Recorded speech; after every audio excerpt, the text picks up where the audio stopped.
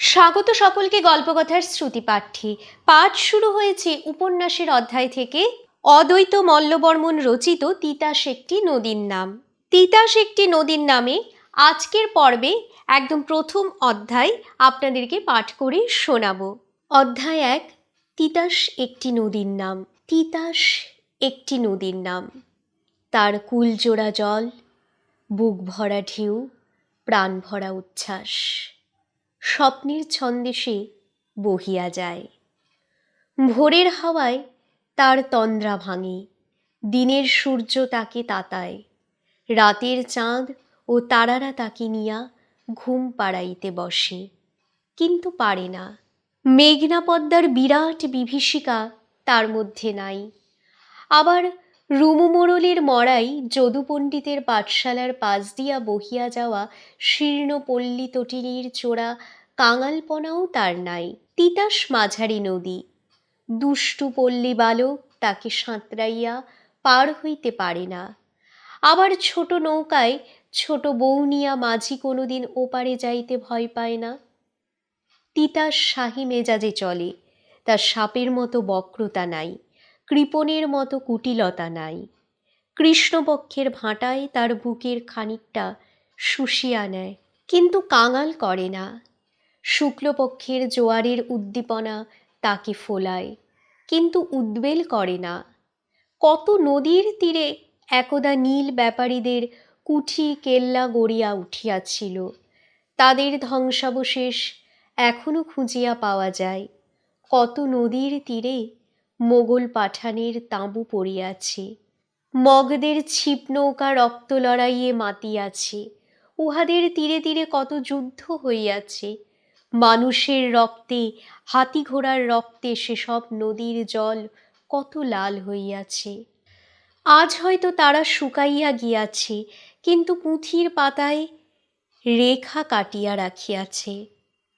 তিতাসের বুকে তেমন কোনো ইতিহাস নাই, সে শুধু একটি নদী।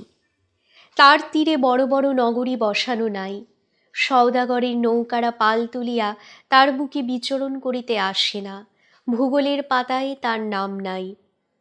ঝর্ণা থেকে জল টানিয়া পাহাড়ি ফুলেদের ছুঁইয়া ছুঁইয়া উপল ভাঙিয়া নামিয়া আসার আনন্দ কোনো কালই সে পায় নাই।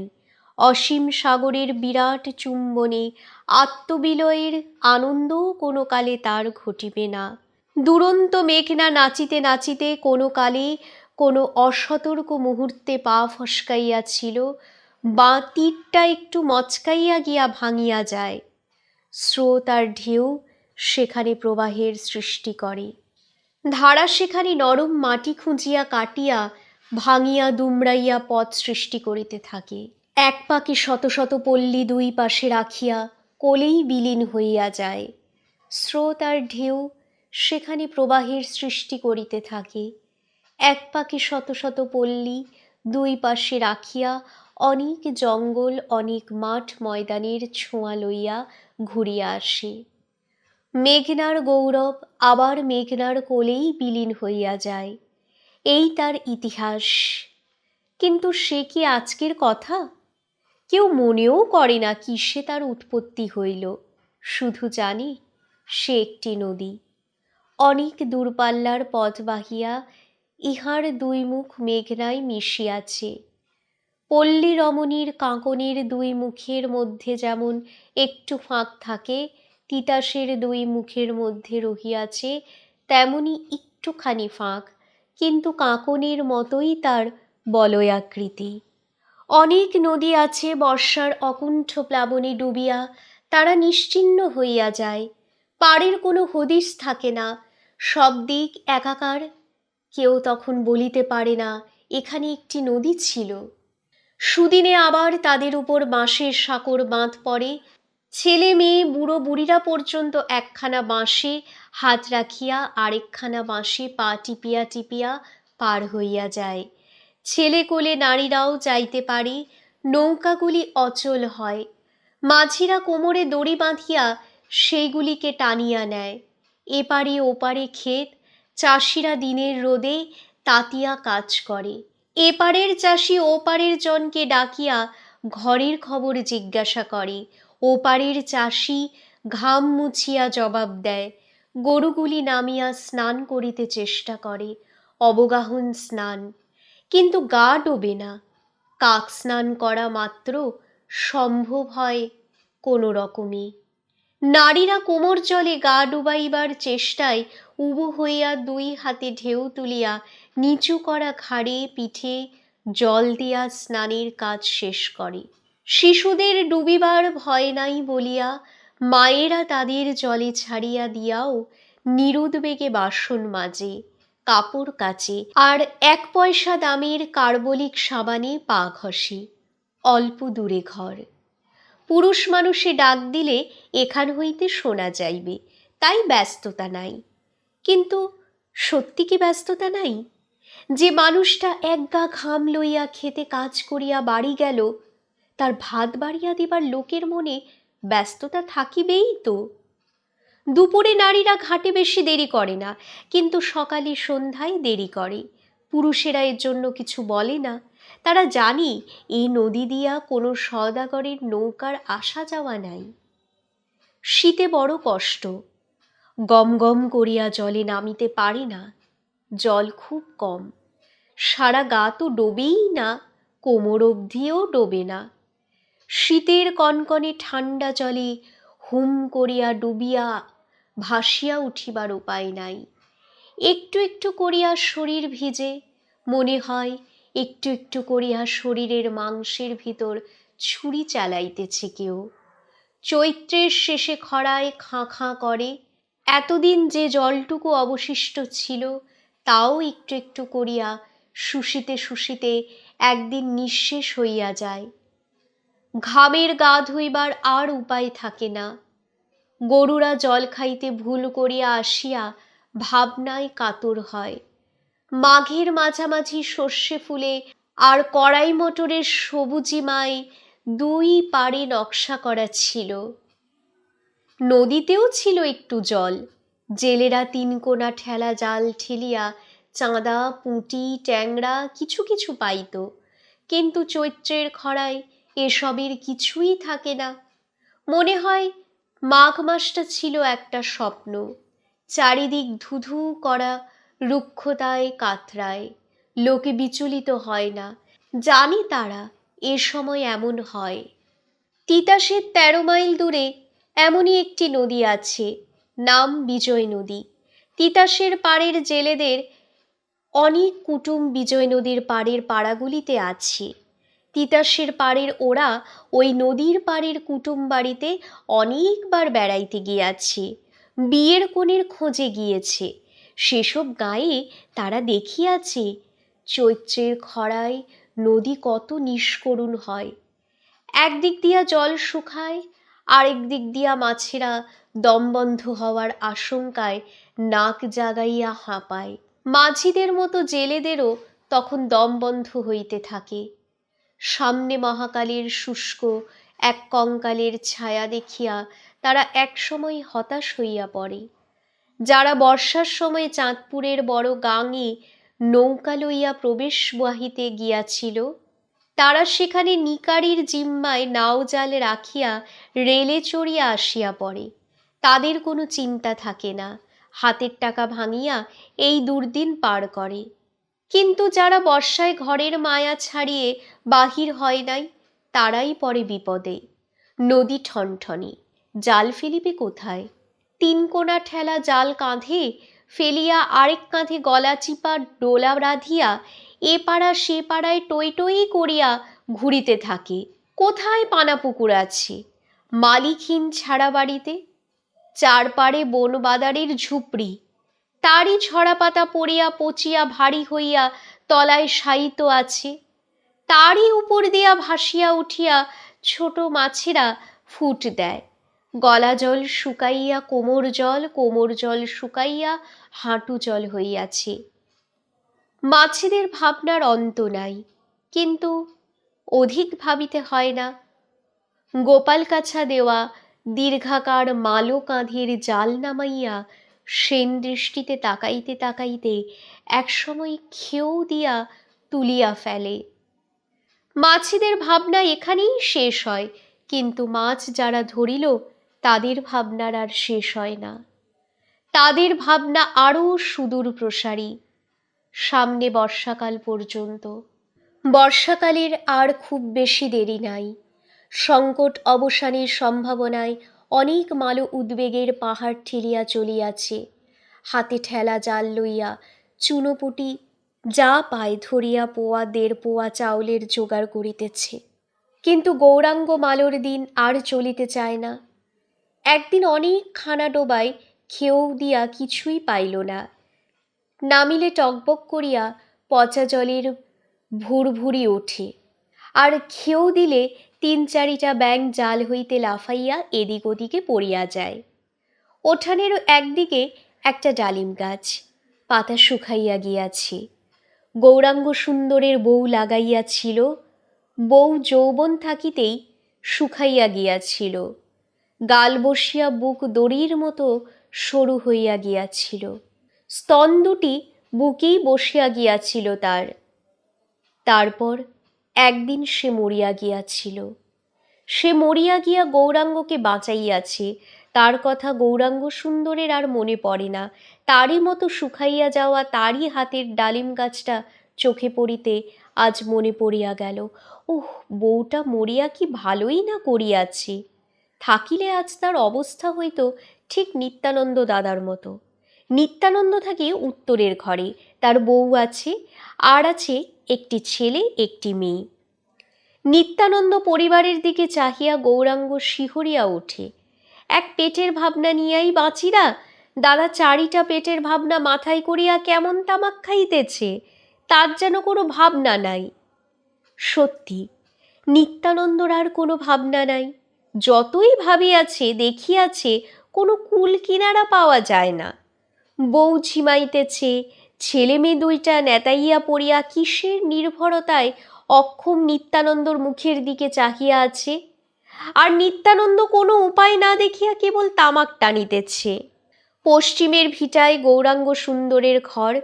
ডালিম গাছে কাঁধের জাল ঠেকাইয়া দিয়া ডোলাটা ছুঁড়িয়া ফেলিল দাওয়ার একদিকে। দক্ষিণ ও পূর্ব দিকের ভিটা খালি। তাদের ২ কাকা থাকিত। এক কাকা মরিয়া গিয়াছে এবং তার ঘর বেচিয়া তার শ্রাদ্ধ করিতে হইয়াছে। আরেক কাকা ঘর ভাঙিয়া লইয়া আরেক গাঁয়ে ছাড়িয়া গিয়াছে। গৌরাঙ্গ অকারণে ঠেকাইয়া উঠিল, খালি তামুক খাইলে পেট ভরব? কি খামু তবে? না, লোকটার কেবল পেটই শুকায় নাই, মাথাও শুকাইয়া গিয়াছে। চল যাই বুধাইয়ের বাড়ি। নয়নপুরে বোধাই মালো টাকায় সব মালোদের চেয়ে বড়। বাড়িতে ৪-৫টা ঢেউ টিনের ঘর, ২ ছেলে রোজগারি লোক। বোধাই হাতির মতো মোটা ও কালো, শরীরেও হাতির মতো জোর। তার কারবার অন্য ধরনের।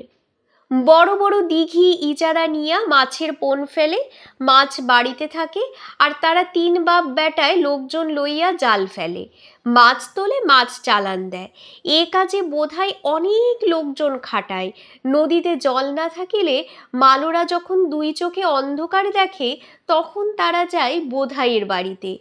কিন্তু তিতাসে কত জল, কত স্রোত, কত নৌকা, সব দিক দিয়াই সে অকৃপণ। আর বিজয় নদীর তীরে তীরে যে মালোরা ঘর বাঁধিয়া আছে তাদের কত কষ্ট। নদী শুকাইয়া গেলে তাদের নৌকাগুলি অচল হইয়া থাকে, আর কাঠফাটা রোদে কেবল ফাটে। তিতাস তীরের মালোরা যারা যেখানে বেড়াইতে গিয়াছে, চৈত্রের খরায় নদী কত নিষ্করুণ দেখিয়া আসিয়াছে। রিক্ত মাঠের বুকে ঘূর্ণির বুভুক্ষা দেখিতে দেখিতে ফিরতি পথে তারা অনেকবার ভাবিয়াছে, তিতাস যদি কোনো দিন এই রকম করিয়া শুকাইয়া যায়। ভাবিয়াছি, এর আগেই হয়তো তাদের বুক শুকাইয়া যাইবে। ভাবিতে ভাবিতে হঠাৎ পাশের জনকে নিতান্ত খাপছাড়া ভাবে বলিয়াছে, বিজনার পাড়ের মালগুষ্টি বড় অভাগা রে ভাই, বড় অভাগা। যারা বিজয় নদীর দশা দেখে নাই, বছরের পর বছর কেবল তিতাসের তীরেই বাস করিয়াছে, তারা এমন করিয়া ভাবে না। তারা ভাবে তিন কোনা ঠেলা জাল আবার একটা জাল, তারে হাঁটু জলে ঠেলিতে হয়। ওঠে চিংড়ির বাচ্চা, হাত তিনেক তো মোটে লম্বা। বিজয়ের বুকে তাই ডোবে না, তিতাসের জলে কত বড় বড় জাল ফেলিয়া তারা কত রকমের মাছ ধরে। এখানে যদি তিতাস নদী না থাকিত, বিজয় নদী থাকে, তবে নাকের চারিদিক থেকে বায়ুটুকু সরাইয়া রাখিলে যা অবস্থা হয়, তাদের ঠিক সেই রকম অবস্থা হইত। ওদের মতো ঠেলা জাল ঘাড়ে করিয়া গ্রাম গ্রামান্তরের খানাডোবা খুঁজিয়া মরিতে হইত 2 আনা আর 10 পয়সার মোরলা ধরিবার জন্য। জেলেদের বউঝিরা ভাবে অন্য রকম কথা। বড় নদীর কথা যারা শুনিয়াছে, যেসব নদীর নাম মেঘনা আর পদ্মা, কি ভীষণ! পাড় ভাঙে, নৌকা ডোবায়, কি ঢেউ, কি গহীন জল, চোখে না দেখিয়াই বুক কাঁপে। কত কুমির আছে সেসব নদীতে। তাদের পুরুষদের মাছ ধরার জীবন। রাতে বেড়াতে তারা জলের উপরে থাকে। এত বড় নদীতে তারা বাহির হইত কি করিয়া?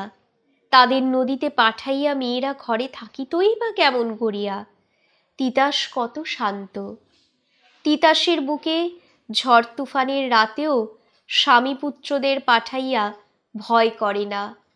বউরা মনে করে স্বামীরা তাদের বাহুর বাঁধনেই আছে।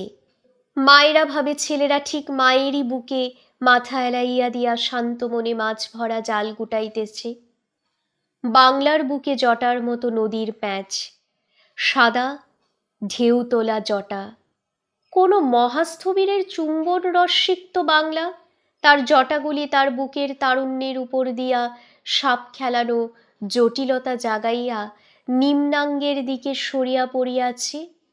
এ সবই নদী। সবগুলি নদীর রূপ এক নয়। উহাদের ব্যবহার এবং উহাদের সহিত ব্যবহার তাও বিভিন্ন রকমের। সবগুলি নদী মানুষের প্রাত্যহিক জীবনের কাজে আসে, কিন্তু এ কাজে আসার নানা ব্যতিক্রম আছে। বড় নদীতে সওদাগরের নৌকা আসে, পাল উড়াইয়া উহার বিশাল বুকে জেলেরা সারাদিন নৌকা লইয়া ভাসিয়া থাকে। নৌকায় রাঁধে, খায়, ঘুমাইয়া থাকে, মাছ ধরে। সব বিষয়ে একটা কঠোর রূপ এখানে প্রকটিত। তীরে তীরে বালুচর, তাল, নারিকেল, সুপারির বাগ স্রোতের খরায় তীরের মাটি কাটে, ধসে। ঢেউয়ের আঘাতে তীরগুলি ভাঙিয়া খসিয়া পড়ে। গৃহস্থালি ভাঙে, ক্ষেত খামার ভাঙে, তাল, নারিকেল, সুপারির গাছগুলি সারি বাঁধিয়া ভাঙিয়া খসিয়া পড়ে, ক্ষমা নাই। ভাঙা গড়ার এক রুদ্র দোলার দোলনায় করাল এক চিত্তচঞ্চল ক্ষিপ্ত আনন্দ। সেই এক ধরনের শিল্প। শিল্পের আরেকটা দিক আছে। সৌম্য, শান্ত, করুণ, স্নিগ্ধ প্রসাদ গুণের মাধুর্যে রঞ্জিত এ শিল্প। এ শিল্পের শিল্পী মহাকালের তাণ্ডব নৃত্য আঁকিতে পারে না। পিঙ্গল জটার বাঁধন খসিয়া পড়ার প্রচণ্ডতা এ শিল্পীর তুলিকায় ধরা দিবে না। এ শিল্পের শিল্পী মেঘনা, পদ্মা, ধলেশ্বরের তীর ছাড়িয়া তিতাসের তীরে আঙিনা রচনা করিয়াছে। এ শিল্পী যে ছবি আঁকে তা বড় মনোরম। তীর ঘেঁষিয়া সব ছোট ছোট পল্লী, তারপর জমি, তাতে অঘ্রাণ মাসে পাকা ধানের মৌসুম, মাঘ মাসে সর্ষে ফুলের অজস্র হাসি, তারপর পল্লী, ঘাটের পর ঘাট, সে ঘাটে জীবন্ত ছবি। মা তার নাদুস নুদুস ছেলেকে ডুবাইয়া চুবাইয়া তোলে। বউঝিরা সব কলসি লইয়া ডুব দেয়। পরক্ষণে ভাসিয়া ওঠে, অল্প দূর দিয়া নৌকা যায়, একের পর এক। কোনটাতে ছই থাকে, কোনোটাতে থাকে না। কোনো কোনো সময়ে ছইয়ের ভিতর নয়া বউ থাকে, বাপের বাড়ির থেকে স্বামী তার বাড়িতে লইয়া যায়। তখন ছইয়ের এপারে ওপারে থাকে বইয়ের শাড়ি কাপড়ের বেড়া। স্বামীর বাড়ি থেকে যখন বাপের বাড়ি যায়, তখন কিন্তু কাপড়ের বেড়া থাকে না, থাকে না তার মাথায় ঘোমটা। ছইয়ের বাহিরে বসিয়া ঘাটগুলির দিকে চাহিয়া থাকে সে। স্বামীর বাড়ির ঘাট অদৃশ্য না হইলে কিন্তু সে ছইয়ের বাইরে আসে না। তারা স্বামীর বাড়ি থেকে বাপের বাড়ি আর বাপের বাড়ি থেকে স্বামীর বাড়ি যায় অনেক হাসি কান্নার ঢেউ বুকে লইয়া। যে বউ স্বামীর বাড়ি যায় তার এক চোখে প্রজাপতি নাচে, আরেক চোখে থাকে জল। এরা সব ভিন জাতের বউ, বামুন কায়েত নানা জাতের। জেলেদের বউরা জেলে নৌকাতেই যায়। তারা অত সুন্দরীও নয়, অত তাদের আব্রুরও দরকার হয় না, কিন্তু ওরা খুব সুন্দরী। জেলের ছেলেরা কপালের দোষ দেয়, অমন সুন্দর বউ তাদের জীবনে কোনোদিন আসিবে না। ভালো করিয়া চায় তারা, ভালো করিয়া চাইতে পারিলে প্রায়ই ছইয়ের ফাঁক দিয়া বাতাসে শাড়ি একটু সরিয়া গেলে চকিতে তারই ফাঁক দিয়া টুকটুকে একখানা মুখ, আরেক জোড়া চোখ চোখে পড়িবে। বউয়ের অভিভাবক ছইয়ের দুই মুখে গুঁজিয়া দিয়াছে শাড়ির বেড়া। তাকে বউকে সকলে দেখিতে পারে না, কিন্তু বউ সকলকে দেখিতে পায়। তিতাসের জলে অনেক মাছ। মালোর ছেলের স্ফূর্তি রসাইয়া ওঠে, জালের দিকে চোখ রাখিয়া গাহিয়া ওঠে, আগে ছিলাম ব্রাহ্মণের মাইয়া, করতাম শিবের পূজা, জালুয়ার সনে কইরা প্রেম, কাটি সনের সুতারে নছিবে এই ছিল। বউ ঠিক শুনিতে পাইবে। গ্রামের পর খাল, নৌকাখানা সেখানে ঢুকিয়া পড়ে। সাপের জিহ্বার মতো চকিতে সে খাল গ্রামখানাকে ঘুরিয়া কোথায় পলাইয়া গিয়াছে, হয়তো আরো দূরে গিয়াছে। আরো কয়েকখানি গ্রামের পাশ দিয়া জেট টানিতে টানিতে গিয়া তারই কোনোটাতে বউকে লইয়া যাইবে। খালের পাড়েই বাড়ি, ছোট্ট ছেলেপিলেরা তৈরি হইয়া আছে। বউকে কি করিয়া চমকাইয়া দিবে? তৈরি হইয়া আছে হয়তো আরো কেউ। খালটা এইখানে শুকাইয়া গিয়াছে, এইখানে নৌকা হইতে উঠিয়া বউকে খানিকটা হাঁটিয়া যাইতে হইবে। শিল্পী শান্ত সবুজ সুন্দর রঙে ক্ষেতগুলির বুকে বুকে যে নকশা আঁকিয়া রাখিয়াছে, তাহারই আল দিয়া বউকে হাঁটিতে হইবে। তিতাসের তীরে না থাকার কি কষ্ট! যে বউয়ের যাওয়ার বাড়ি এক্কেবারে তিতাসের তীরে, কর্মচঞ্চল ঘাটখানাতে তার নৌকা লাগে। 10 জোড়া নারীর চোখের দরদে স্নান করিয়া সে বউ নৌকা থেকে নামে। তারপর বাপের বাড়ি হইলে এক দৌড়ে ঘরে ঢুকিয়া ছোট ছোট ভাই বোনেদের বুকে চাপিয়া ধরে, আর স্বামীর বাড়ি হইলে পিঠের কাপড় শুদ্ধ টানিয়া তুলিয়া ঘোমটা বড় করে। তারপর আগে পিছে 2-4 জন নারীর মাঝখানে থাকিয়া ধীরে ধীরে জড়িত পায়ে ঘাটের পথটুকু অতিক্রম করে। পথটুকু অতিক্রম করিয়া জমিলা বাহির বাড়ির মসজিদ লগ্ন মক্তবের কোণে পা দিয়া একবার পিছন ফিরিয়া চাহিল। তার স্বামী মাঝির সঙ্গে তখনও কেরায়া নিয়া দরদস্তর করিতেছে। 2-1 আনা ফেলিয়া দিলেই মাঝি খুশি হইয়া চলিয়া যায়। বুড়া মাঝি যা খাটিয়াছে। সঙ্গে মাত্র 2 ননদ, তাও ননদের ছোট সংস্করণ। সন্ধ্যা ঘনাইয়া আসিয়াছে। ভয় করে না বুঝি? লোকটা যেন কি তাদের আসিতে বলিয়া নিজে আসিতেছে না। বাড়ির পথ বড় বড় ঘাস, সাপ বাহির হইয়াছে হয়তো। ব্যাঙ মনে করিয়া এখনই জমিলার পায়ের বুড়ো আঙুলে যদি ছোল দেয়। ছমির মিয়া হিসাবি লোক, কাউকে 1 পয়সা ঠকায় না, বেহুদা কাউকে 1 পয়সা বেশিও দেয় না, সব কাজ ওজন করিয়া করে। মাঝি হার মানিয়া নৌকায় গিয়া উঠিলে ছমিরের মনে অনাহুত এক ছোপ প্রসন্নতা রং গুলাইয়া দিল। আজ তার কিসের রাত? এ রাতে কেউ কোনোদিন মাঝিকে ঠকায়? কেউ যেন না ঠকায়। মাঝি 10 মিনিট ঝগড়া করিয়া যাহা পায় নাই, 1 মিনিট চুপ করিয়া তাহার 4 গুণ পাইল। চকচকে সিকিটা সাদা নদীর খোলসা অল্প আলোকে ভালো করিয়া দেখিয়া লইয়া লগিতে ঠেলে দিল। ছমির কাছে আসিলে জমিলার মনে হইল এতক্ষণ এতগুলি সাপ তার পায়ের বুড়ো আঙুলটিকে ঘিরিয়া কিলবিল করিতেছিল, এখন সব কয়টা সরিয়া পড়িয়াছে। কি ভালো তার মানুষটি! কিন্তু তার চাইতেও ভালো একজনকে সে দেখিয়া আসিয়াছে। সেই মালোপাড়ার ঘাটে।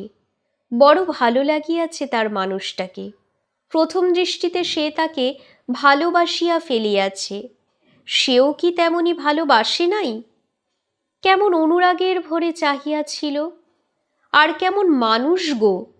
একবার দেখিয়াই মনে হইল যেন কতবার দেখিয়াছি। বেলা ফুরাইতেছে, একটু একটু বাতাস বহিতেছে, আর সেই বাতাসে আমার শাড়ির বেড়া খুলিয়া গেল। আর তখনই তাকে আমি দেখিতে পাইলাম। যদি না খুলিত তবে তো দেখিতেই পাইতাম না। এমনই কত লোককে যে আমরা দেখিতে পাই না, অথচ দেখিতে পাইলে এমনই করিয়া আপন হইয়া যাইত। আমরা কি আর দেখি? যে দেখাইবার সেই দেখায়।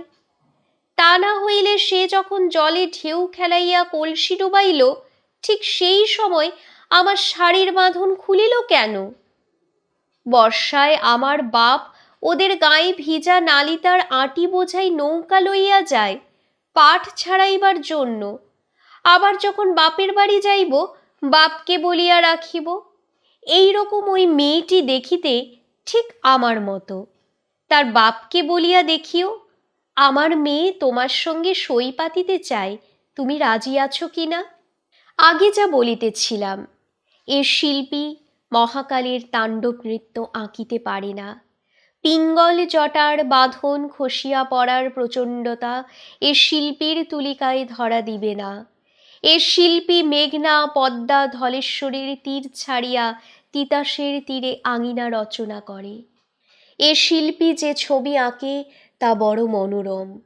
তীর ঘেঁষিয়া সব ছোট ছোট গ্রাম, গ্রামের পর জমি, অগ্রায়ণে পাকা ধানের মৌসুম, আর মাঝে মাঝে শস্যে ফুলের হাসি, তারপর আবার গ্রাম, লতা পাতা গাছগাছালির ছায়ায় ঢাকা সবুজ গ্রাম, ঘাটের পর ঘাট, সে ঘাটে সব জীবন্ত ছবি মা।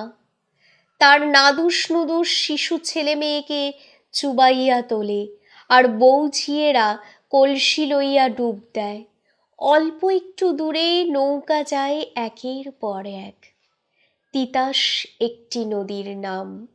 এ নামের ব্যুৎপত্তিগত অর্থ তার তীরের লোকেরা জানে না, জানিবার চেষ্টা কোনোদিন করে নাই, প্রয়োজন বোধও করে নাই। নদীর কত ভালো নাম থাকে, মধুমতি, ব্রহ্মপুত্র, পদ্মা, সরস্বতী, যমুনা, আর এর নাম তিতাস। সে কথার মানে কোনোদিন অভিধানে খুঁজিয়া পাওয়া যাইবে না। কিন্তু নদী এ নামে যত প্রিয়, ভালো একটা নাম থাকিলে তত প্রিয় হইতই যে, তার প্রমাণ কোথায়? ভালো নাম আসলে কি? কয়েকটা আখরের সমষ্টি বই তো নয়। কাজললতা মেয়েটিকে বৈদুর্যমালিনী নাম দিলে। আর যাই হোক, এর খেলার সাথীরা খুশি হইবে না। তিতাসের সঙ্গে নিত্য যাদের দেখাশোনা, কোনো রাজার বিধান যদি এর নাম চম্পকবতী কি অলকানন্দা রাখিয়া দিয়া যায়, তারা ঘরোয়া আলাপে তাকে সেই নামে ডাকিবে না, ডাকিবে তিতাস নামে। নামটি তাদের কাছে বড় মিঠা, তাকে তারা প্রাণ দিয়া ভালোবাসে, তাই এই নামের মালা তাদের গলায় ঝুলানো। শুরু থেকে এই নাম রাখিয়াছিল তারা তা জানে না, তার নাম কেউ কোনোদিন রাখিয়াছে এও তারা ভাবে না, ভাবিতে বা জানিতেও চায় না। এ কোনোদিন ছিল না এও তারা কল্পনা করিতে পারে না। কবে কোন দূরতম অতীতে এর পারে তাদের বাপ পিতামহেরা ঘর বাঁধিয়াছিল, এ কথা ভাবা যায় না। এ যেন চির সত্য, চির অস্তিত্ব নিয়া এখানে বহিয়া চলিয়াছে। এ সঙ্গী তাদের চিরকালের। এ না হইলে তাদের চলে না, এ যদি না হইত তাদের চলিতও না, এ না থাকিলে তাদের চলিতে পারে না।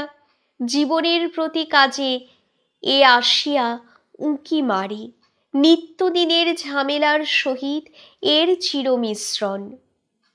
নদীর একটা দার্শনিক রূপ আছে। নদী বহিয়া চলে, কালও বহিয়া চলে, কালের হার শেষ নাই, নদীরও বহার শেষ নাই।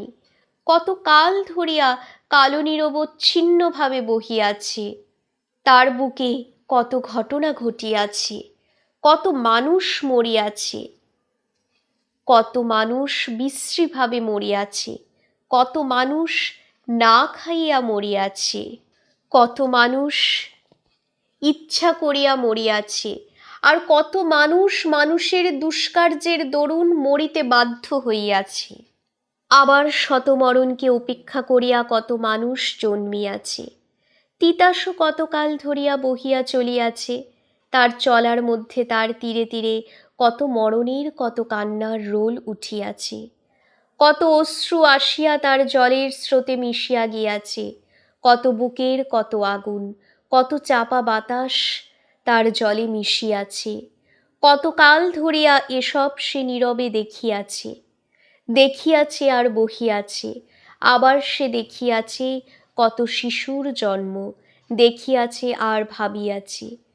ভারী নিগ্রহের নিগড়ে আবদ্ধ এই অজ্ঞ শিশুগুলি জানে না হাসির নামে কত বিষাদ, সুখের নামে কত ব্যথা, মধুর নামে কত বিষ তাদের জন্য অপেক্ষা করিয়া আছে। ওরা কারা? ওরা মালদের ছেলেরা আর মালদের মেয়েরা। ওরা তারা নয় যাদের দেয়ালে ঘেরা বাড়ি, সামনে আছে পুষ্করিণী, পাশে আছে কুয়া, যাদের আঙিনার পাড় থেকেই শুরু হইয়াছে পথ। সে পথ গিয়াছে শহরের দিকে, পাশের গাঁগুলিতে এক একটা শাখা পথ ঢুকাইয়া দিয়া সে পথে ঘোড়ার গাড়ি চলে। আর মালদের ঘরের আঙিনা থেকে শুরু হইয়াছে যত পথ, সে সবই গিয়া মিশিতেছে তিতাসের জলে। সেসব পথ ছোট ছোট, পথের এধার থেকে বুকের শিশু কাঁদিয়া উঠিলে ওধার থেকে মা টের পায়। এধারের তরুণীর বুকের ধুকধুকানি ওধারের নৌকার মাচানে বসিয়া মালদের তরুণরা শুনিতে পায়। এ পথ অতি খর্ব, দীর্ঘ পথ গিয়াছে মাঝ তিতাসের বুক চিরিয়া, সে পথে চলে কেবল নৌকা। তিতাস সাধারণ একটি নদী মাত্র। কোনো ইতিহাসের কেতাবে, কোনো রাষ্ট্রবিপ্লবের ধারাবাহিক বিবরণীতে এ নদীর নাম কেউ খুঁজিয়া পাইবে না, কেননা তার বুকে যুযুধান দুই দলের বুকের শোণিত মিশিয়া ইহাকে কলঙ্কিত করে নাই। কিন্তু তাই বলিয়া তার কি সত্যি কোনো ইতিহাস নাই? পুঁথির পাতা পড়িয়া গর্বে ফুলিবার উপাদান এর ইতিহাসে নাই সত্য, কিন্তু মায়ের স্নেহ, ভাইয়ের প্রেম, বৌঝিয়েদের দরদের অনেক ইতিহাস এর তীরে তীরে আঁকা রহিয়াছে। সেই ইতিহাস হয়তো কেউ জানে, হয়তো কেউ জানে না, তবু সেই ইতিহাস সত্য। এর পারে পারে খাঁটি রক্ত মাংসের মানুষের মানবিকতা আর অমানসিকতার অনেক চিত্র আঁকা হইয়াছে। হয়তো সেগুলি মুছিয়া গিয়াছে, হয়তো তিতাসে সেগুলি মুছিয়া নিয়াছে, কিন্তু মুছিয়া নিয়া সবই নিজের বুকের ভিতর লুকাইয়া রাখিয়াছে। হয়তো কোনোদিন কাহাকেও সেগুলি দেখাইবে না, জানাইবে না, কারো সেগুলি জানিবার প্রয়োজনও হইবে না, তবু সেগুলি আছে। যে আখর কলার পাতায় বা কাগজের পিঠে লিখিয়া অভ্যাস করা যায় না, সে আখরে সেসব কথা লেখা হইয়া আছে। সেগুলি অঙ্গদের মতো অমর, কিন্তু সত্যের মতো গোপন হইয়াও বাতাসের মতো স্পর্শপ্রবণ। কে বলে তিতাসের তীরে ইতিহাস নেই? আর সত্য তিতাস তীরের লোকেরা, তারা শীতের রাতে কতক কতক কাঁথার তলাতে ঘুমায়, কতক জলের উপর কাঠের নৌকায় ভাসে। মায়েরা, বোনেরা আর ভাই বউয়েরা তাদের কাঁথার তলা থেকে জাগাইয়া দেয়। তারা এক ছুটে আসে তিতাসের তীরে, দেখে ফর্সা হইয়াছে, তবে রোদ আসিতে আরো দেরি আছে। নিস্তরঙ্গ স্বচ্ছ জলের উপর মাঘের মৃদু বাতাস ঢেউ তুলিতে পারে না। জলের উপরিভাগে বাষ্প ভাসে, দেখা যায় বুঝি অনেক ধোঁয়া। তারা সে ধোঁয়ার নিচে হাত ডোবায়, পা ডোবায়। অত শীতেও তার জল একটু উষ্ণ মনে হয়। কাঁথার নিচের মায়ের বুকের উষ্ণতায় দোসর এই মৃদু উষ্ণতাটুকু না পাইলে তারা যে কি করিত।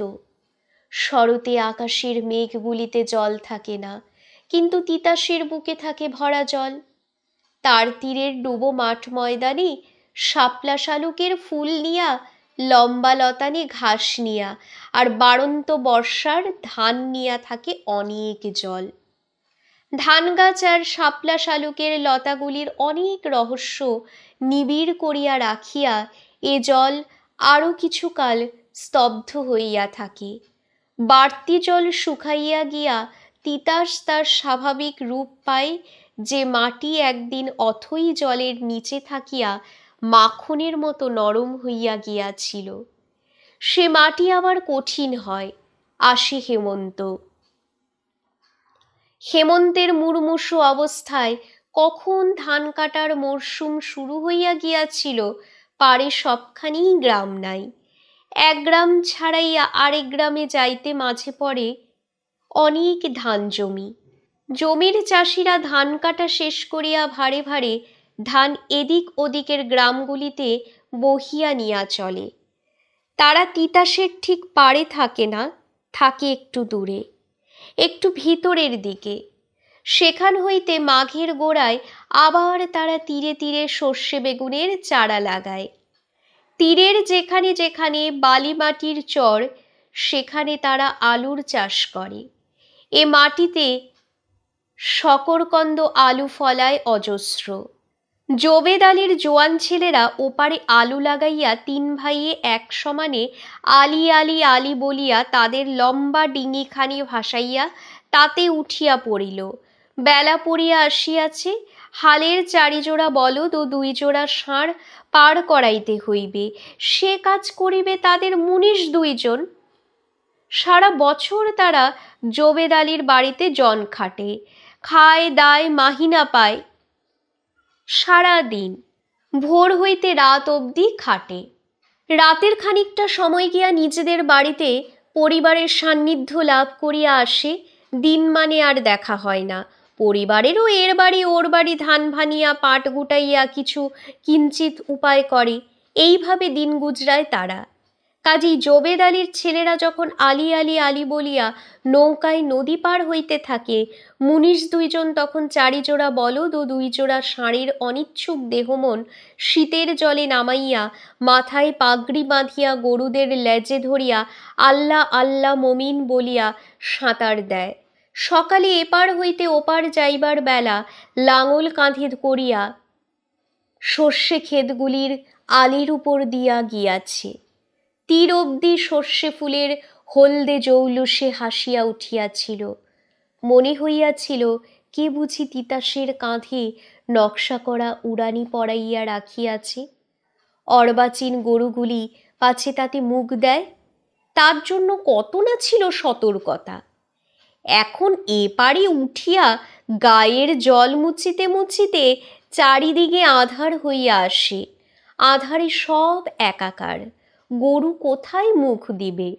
দিনের শ্রমের শ্রান্ত গরু আর শান্ত এ দুইজন মানুষ সারা দিন অসুরের বল নিয়া খেতে খাটিয়াছে।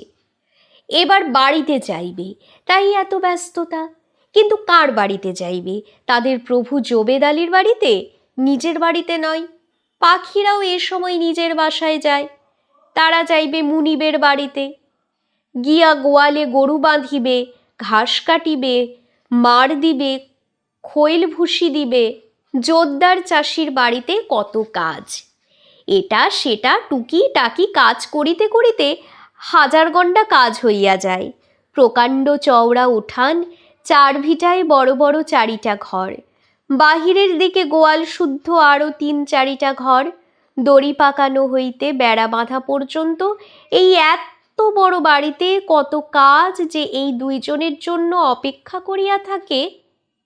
কাজ করিতে করিতে রাত বাড়িয়া চলে। এক সময় ডাক আসে, অকরমালি, এ বন্দালি খাইয়া যাও। খাওয়ার পর কাঁধের গামছায় মুখ মুছিতে মুছিতে পথে নামিয়া বন্দেয়ালি বলে, ভাই করমালি, নিজে তো খাইলাম মাগুর মাছের ঝোল, আমার ঘরের মানুষের এক মুঠ শাক ভাত আজ জুটল নি কি জানি। করমালি বলে, বন্দালি ভাই, কইছ কথা মিছা না।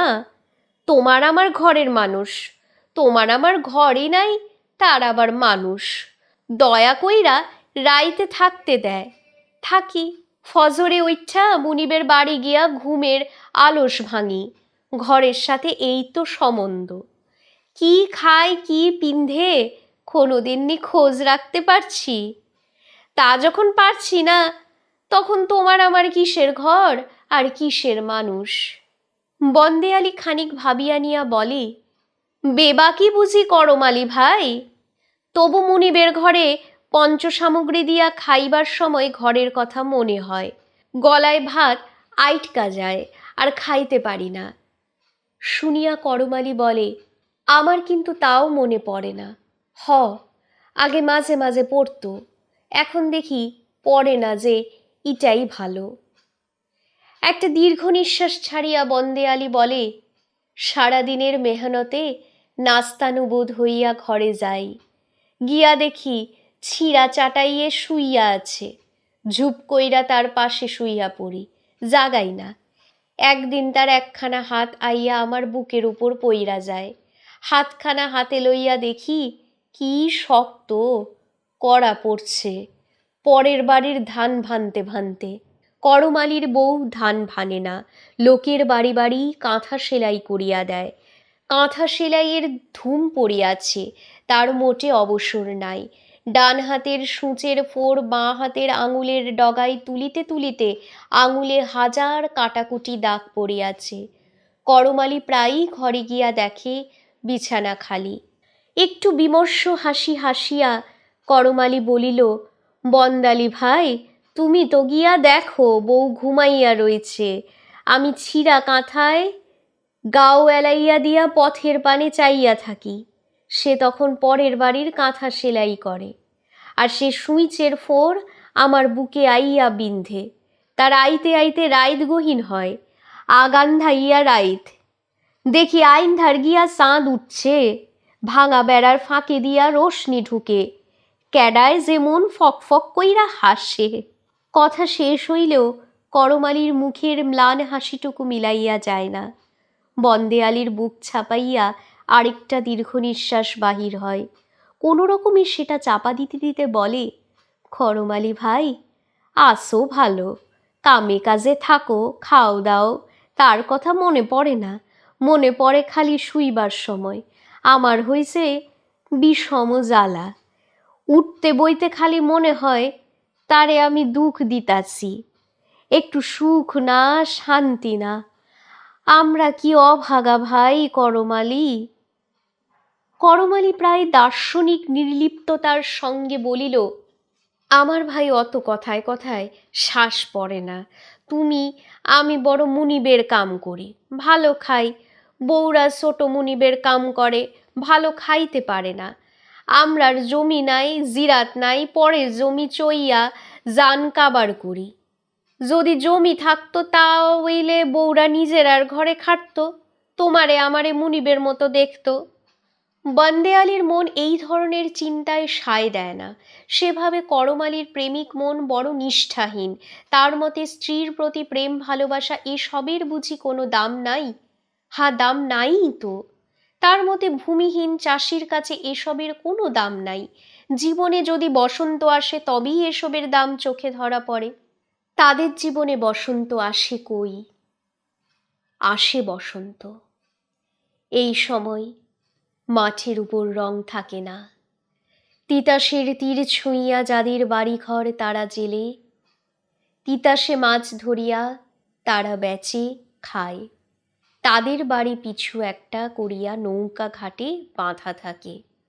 বসন্ত তাদের মনে রঙের মাতন জাগায়। বসন্ত এমনই ঋতু। এই সময় বুঝি সকলের মনে প্রেম জাগে, জাগে রঙের নেশা। জেলেরা নিজে রং মাখিয়া সাজে, তাতেই তৃপ্তি পায় না। যাদের তারা প্রিয় বলিয়া মনে করে তাদেরও সাজাইতে চায়, তাতেও তৃপ্তি নাই। যাদের প্রিয় বলিয়া মনে করে তারাও তাদের এমনই করিয়া রং মাখাইয়া সাজাক তাই তারা চায়। তখন আকাশে রং, ফুলে ফুলে রং, পাতায় পাতায় রং, রং মানুষের মনে মনে। তারা তাদের নৌকাগুলিকেও সাজায়। বৌঝিরা ছোট থলিতে আবির নেয়, আর নেয় ধান দুর্বা। জলে পায়ের পাতা ডুবাইয়া থালিখানা আগাইয়া দেয়। নৌকাতে যে পুরুষ থাকে সে থালির আবির নৌকার মাঝের গুড়ায় আর গলুইয়ে নিষ্ঠার সহিত মাখিয়া দেয়। ধান দুর্বাগুলি 2 অঙ্গুলি তুলিয়া ভক্তি ভরে আবির মাখানো জায়গাটুকুর উপর রাখে। এই সময় বউ জোকার দেয়। সে আবিরের রাগে তিতাসের বুকেও রঙের খেলা জাগে। তখন সন্ধ্যা হইবার বেশি বাকি নাই। তখনও আকাশ বন রঙিন। তিতাসের বুকের আরশিতে যে আকাশ নিজের মুখ দেখে সেই আকাশ। চৈত্রের খরার বুকে বৈশাখের বাউল বাতাস বহে, সেই বাতাস বৃষ্টি ডাকিয়া আনে। আকাশে কালো মেঘ গর্জায়, লাঙল চষা মাঠ ময়দানে যে ঢল হয়, ক্ষেত উপচাইয়া তার জল ধারাস্রোতে বহিয়া তিতাসের উপর আসিয়া পড়ে। মাঠের মাটি মিশিয়া সে জলের রং হয় গেরুয়া। সেই জল তিতাসের জলকে 2-1 দিনের মধ্যেই গৈরিক করিয়া দেয়। সেই কাদামাখা ঠান্ডা জল দেখিয়া মালদের কত আনন্দ, মালদের ছোট ছোট ছেলেদেরও কত আনন্দ। মাছগুলি অন্ধ হইয়া জালে আসিয়া ধরা দেয়। ছেলেরা মায়ের শাসন না মানিয়া কাদা জলে দাপাদাপি করে। এই শাসন না মানা দাপাদাপিতে কত সুখ! খরার পর শীতলের মাঝে গা ডুবাইতে কত আরাম!